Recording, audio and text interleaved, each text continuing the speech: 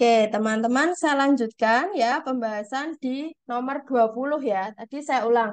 Karena soal ini namanya soal silogisme, itu pasti keluar, teman-teman. Bentar, saya izin.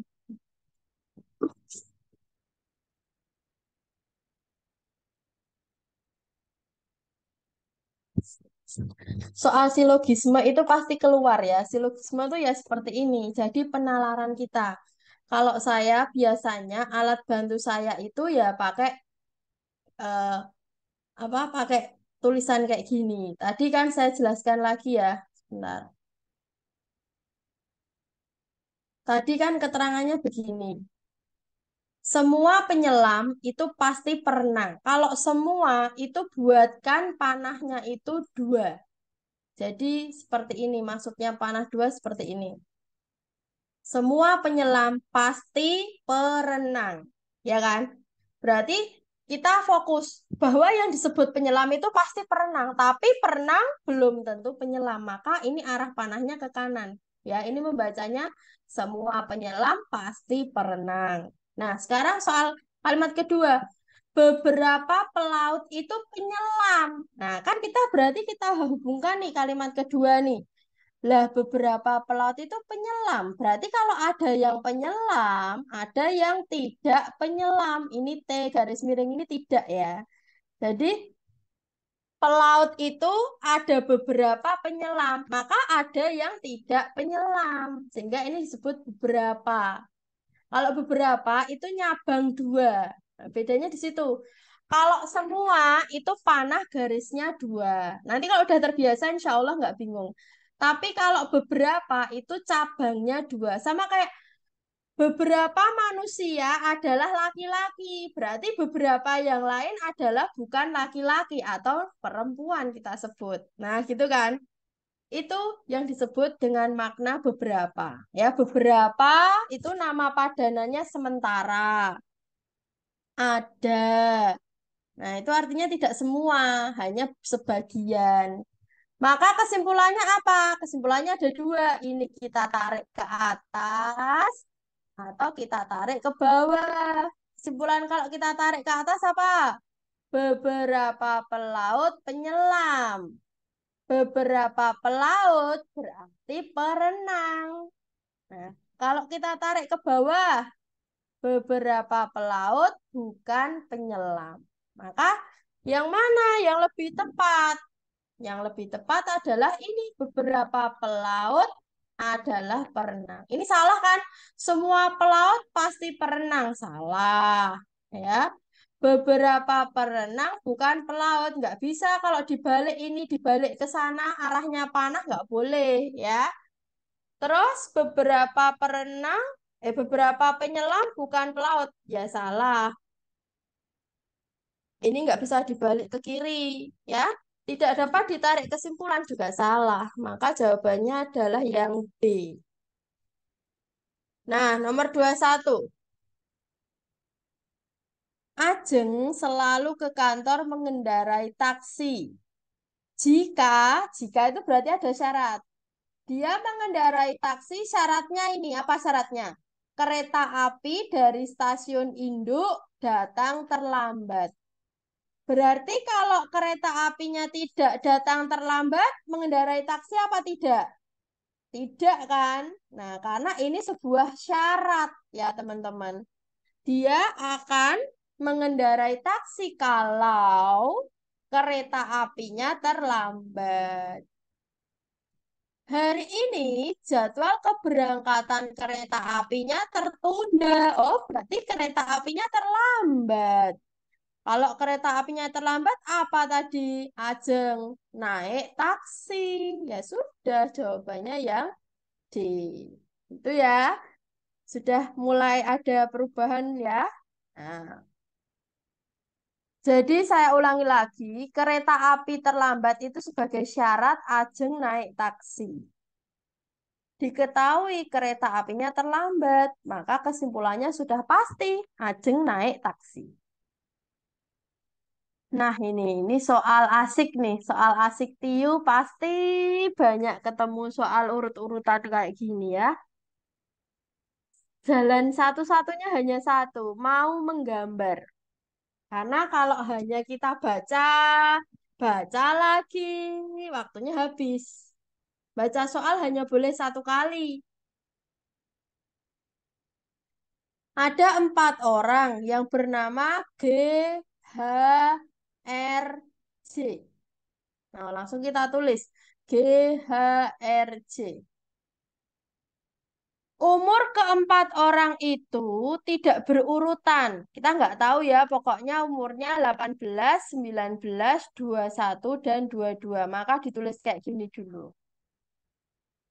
Keempat orang itu duduk mengelilingi meja persegi 4 dengan setiap orang pada setiap sisi meja. Berarti kalau saya gambarkan ini ada meja, tiap orang ada di tiap sisinya. Gunawan duduk berhadapan dengan orang paling muda. Langsung ditulis ini dulu ya. Dari informasi pertama kita langsung nulis begini. Terserah pilih pokoknya Gunawan itu dengan yang paling muda. Muda sendiri berarti usianya berapa? 18 tahun, ya kan? Terus Henry duduk berhadapan dengan orang yang paling tua. Kita nggak tahu, pokoknya dicoba dulu. Henry itu adep-adepannya sama yang paling tua. Berapa? 22 tahun. Yang merah itu yang saya bilang sudah sesuai aturan ya. G adep-adepan dengan yang muda, H berhadapan dengan yang paling tua. Radit terletak di sebelah kanan orang yang paling muda. Tadi kan yang paling muda di sini. Radit di sebelah kanannya, berarti R di sini. Benar kan? Kalau ini yang paling muda, kanannya berarti di sana. Terus, dan terletak di sebelah kiri yang berumur 19 tahun. Radit itu di sebelah kirinya orang berumur 19 tahun. Maka otomatis diketahui Gunawan umurnya 19. Ya. Orang yang duduk berhadapan dengan Joko adalah, sudah pasti ini kan sudah ada G, R, H. Otomatis inisial ini sudah pasti J, karena tinggal J satu-satunya orang. Nah, maka yang berhadapan dengan Joko siapa? Sudah jelas, Gunawan. Gitu ya. Jadi jawabannya adalah Gunawan. Ya. Nah, ini juga perlu dilatih loh. Kalau nggak latihan soal ya nanti kaget ketemu soal kayak gini. Oke, 23.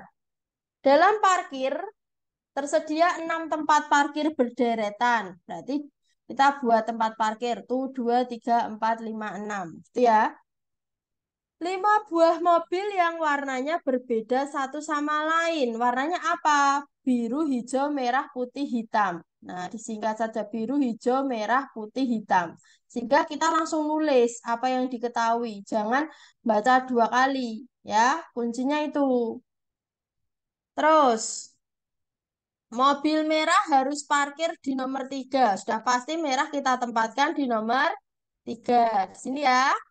Terus mobil biru harus parkir di samping tempat mobil hitam parkir. Lah gimana? Kita belum tahu hitamnya di mana. Maka kita tuliskan kayak gini aja. Biru itu maunya deketan sama hitam. Nah, deketan ini ya, berdempetan. Terus hijau tidak boleh parkir di samping tempat mobil putih diparkir. Ya, hijau tidak boleh parkir di samping tempat mobil putih diparkir. Hijaunya nggak mau deketan sama putih. Maka di sini saya tulis hijau deket terus saya coret. Sehingga ini artinya tidak boleh mendekat. Nomor 2, langsung.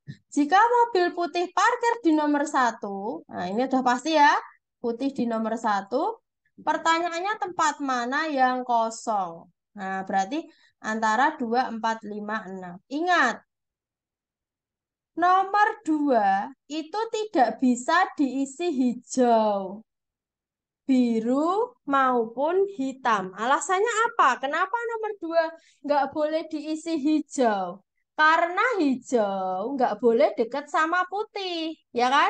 Maka nggak boleh kan di sini hijaunya.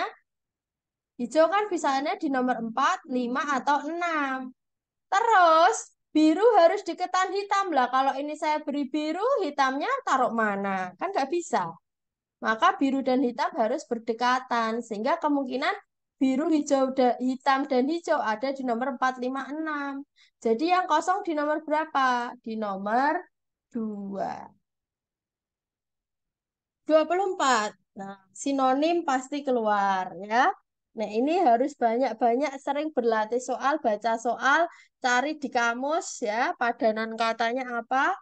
Sinonim kata presiden adalah apa ini? Apakah presiden, tujuan, kesimpulan, pendahulu ya. Presiden itu pendahulu. Inilah saatnya menciptakan langkah-langkah yang adil sebagai presiden untuk masa depan, ya, sebagai pendahulu. Hal-hal yang telah terjadi lebih dahulu dan dapat digunakan sebagai contoh. Itu arti dari preseden.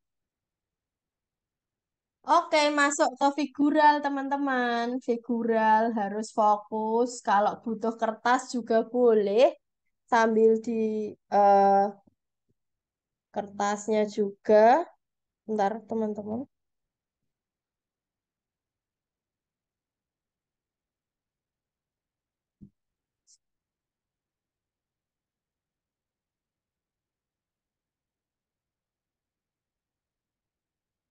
Oke, saya lanjut ya.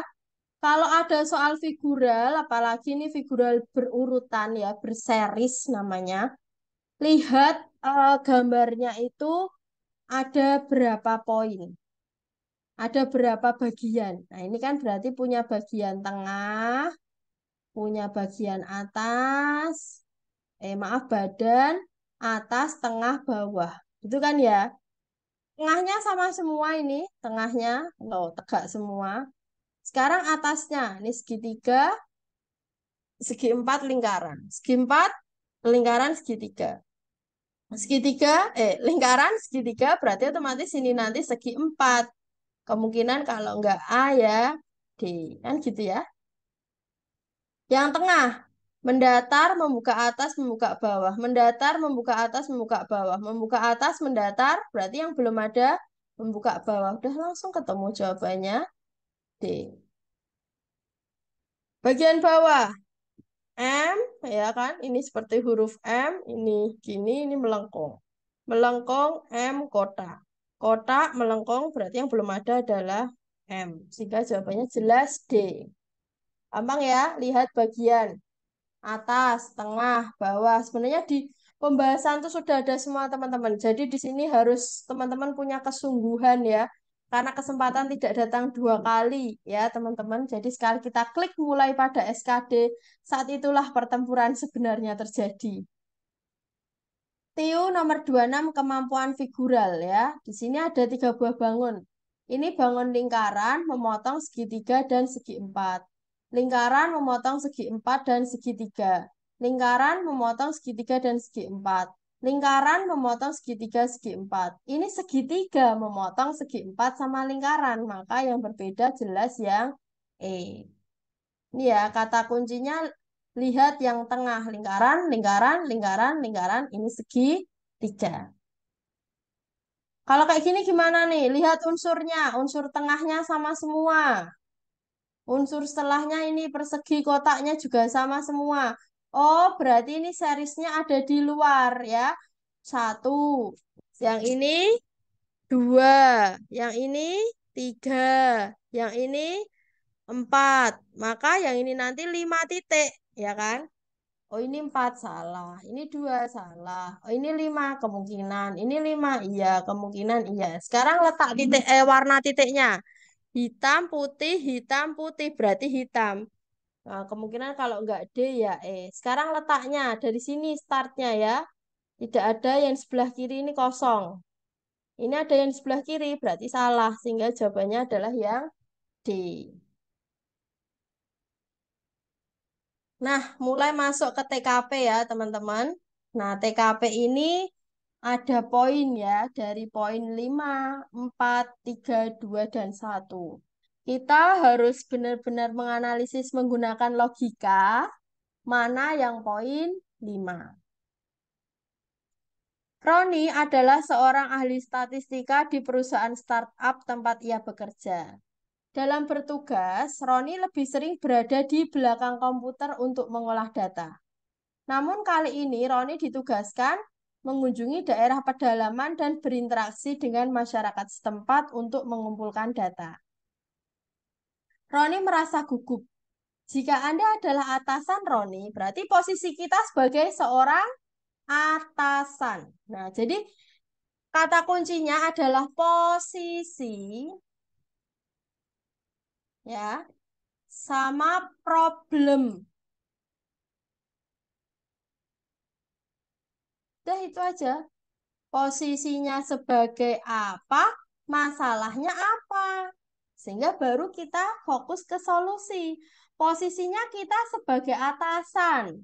Problemnya apa? Kita punya bawahan yang dia tuh gugup kalau berinteraksi dengan orang yang baru ya, karena dia ditugaskan di daerah pedalaman. Maka sebagai atasan yang bijaksana, apa langkah yang akan kita lakukan? Apakah kita akan menanyakan sedia atau tidak? Apakah memberikan tugas terperinci yang bisa memudahkan dia? Bisa saja ya ini ya. Memfasilitasi segala kebutuhan Roni ya enggak, masa mau harus difasilitasi semua kebutuhannya. Bersikap biasa saja juga nggak boleh sebagai seorang atasan. Berdiskusi tentang ide dan masukan. Nah, ini ada kata diskusi. Jadi, biasanya nanti kalau kasus-kasus sebagai pimpinan, jangan pilih pimpinan yang otoriter. Apa sih pimpinan yang otoriter itu? Pimpinan yang tidak mengajak diskusi anak buahnya. Dia langsung main perintah dan memberi petunjuk. Ya, jadi yang paling tepat adalah ajak diskusi dulu ini bawahannya. Kira-kira ada ide apa, masukan apa gitu ya. Yang E. Ini sudah saya berikan kata kunci dan juga poinnya. Lanjut nomor 29, profesionalisme. Anda adalah seorang mahasiswa, jelas ya posisinya mahasiswa, yang mendapat tugas materi dalam kelompok dan dijadwalkan untuk presentasi besok. Dan Anda ditunjuk sebagai ketua. Nah, posisinya pimpinan lagi nih, tapi pimpinan kelompok. Dalam kelompok Anda terdiri atas 4 orang termasuk Anda. Ketika penyusunan materi, Anda sudah tahu kemampuan akademis rekan-rekan satu tim Anda, sehingga Anda tahu siapa yang mampu dan membantu menyusun materi dengan baik dan yang tidak. Bahkan Anda mengetahui mana yang pasif, yang hanya mengandalkan rekannya, dan mana yang tidak. Bagaimana sikap sebagai seorang pimpinan? Maaf, ketua. Apakah dibagi tugas sama rata? Nah, itu artinya kita tidak benar-benar memahami situasi ya. Kalau kita paham situasi, adil itu tidak harus rata ya. Adil itu disesuaikan dengan kemampuan. Maka nanti kalau kita juga sudah menjadi ASN, pembagian tugas itu seperti itu, sesuai dengan apa? Kemampuan. Oh, yang pinter itu ya kita beri tugas ini. Oh, yang ahli itu kita beri tugas itu. Jangan sampai disamaratakan. Orang ahlinya jadi si acara misalnya. Oh, kok malah disuruh si konsumsi. Yang ahlinya si konsumsi disuruh jadi si acara ya pasti gagal nanti kegiatannya. Nah, contohnya kayak gitu. Maka kata kunci di sini adalah apa? Membagi tugas sesuai dengan kemampuan akademis masing-masing anggota. Karena dengan ini artinya dia sudah melihat mana yang menjadi kekuatan dalam timnya. Ya, jadi jawabannya adalah yang B. Terakhir nomor 30. Anda seorang resepsionis di suatu kantor yang bergerak dalam bidang pelayanan ya. Ingat, posisinya apa? Resepsionis. Ya, banyak keluhan yang ditujukan pada instansi tempat Anda bekerja. Padahal instansi Anda tersebut terdapat fasilitas untuk keluhan online. Bagaimana sikap kita? Nah, misalnya sudah ada kotak saran online gitu ya, tapi kok masih banyak yang mengeluh ke resepsionis. Ingat posisi sebagai seorang resepsionis. Apakah kita pilih yang D, mendengarkan keluh kesah konsumen dan mengajarkan cara menyampaikan keluhan secara online? Ya benar sih, ini mendengarkan keluh kesah, tapi apakah masalahnya selesai? Menyelesaikan keluhan konsumen sambil menanyakan apakah ada kesulitan. Apakah seorang resepsionis bertugas ini, misalnya kantor apa ya misalnya ya, kantor capil misalnya ya, ada orang yang terkendala pembuatan kakak gitu. Apakah resepsionisnya langsung menyelesaikan keluhannya, keluhan si konsumen tadi, ataukah A, menerima sambil mengajarkan cara menyampaikan keluhan online? Ataukah B, menerima dan menyelesaikan? Sekali lagi, ini menyelesaikan, apakah tupoksinya ini resepsionis itu menyelesaikan keluhan? Atau yang C, menerima dan menanggapi. Jadi kita hanya menerima dan menanggapi apa yang menjadi keluhannya. Ini mendengarkan kenapa negatif? Karena hanya mendengar saja tidak ditanggapi. Ya, hanya didengarkan saja. Yang kenapa menyelesaikan? Masa tiba-tiba langsung diselesaikan keluhannya tanpa ditanya dulu apa keluhannya? Yang A, menerima keluhan. Oke, tapi belum mendengarkan ya, menerima saja, tidak ditanggapi keluhannya. Yang betul ya mendengarkan, menerima, dan ditanggapi. Jadi kata menanggapi di sini bukan bermaksud menyelesaikan problem yang ada.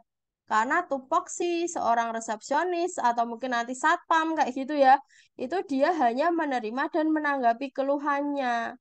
Sambil ngajari cara menyampaikan keluhan online, tidak sampai menyelesaikan keluhannya. Jadi gitu teman-teman, jebakannya sekali lagi ada di posisi. Ya, oke, sekian ini pembahasan kita di apa namanya tryout yang pertama ya, tryout campuran yang sudah saya kirim tolong yang belum mengerjakan dikerjakan. Terus teman-teman yang sudah mengerjakan itu boleh dikerjakan lagi pakai akun yang lain.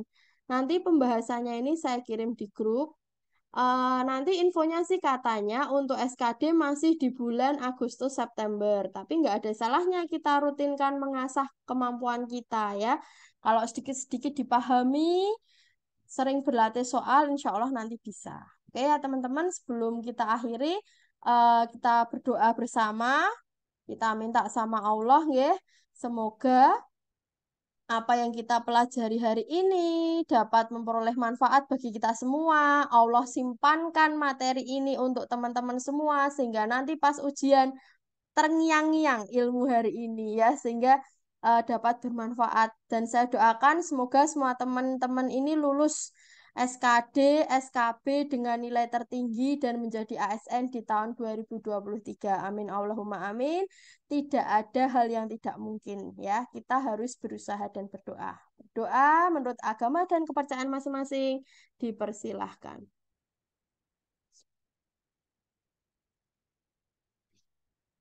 Cukup? Apabila ada saya kurangnya, saya mohon maaf. Sampai berjumpa lagi. Nanti kita ketemu lagi di hari Kamis ya. Senin sama Kamis ya. Oke, sampai ketemu lagi nanti Kamis apa Rabu. Nanti saya cek di jadwal. Dan ingat, saya berikan soal, tolong dikerjakan. Sampai jumpa teman-teman. Wassalamualaikum warahmatullahi wabarakatuh. Waalaikumsalam, makasih Mbak. Ya, sama-sama.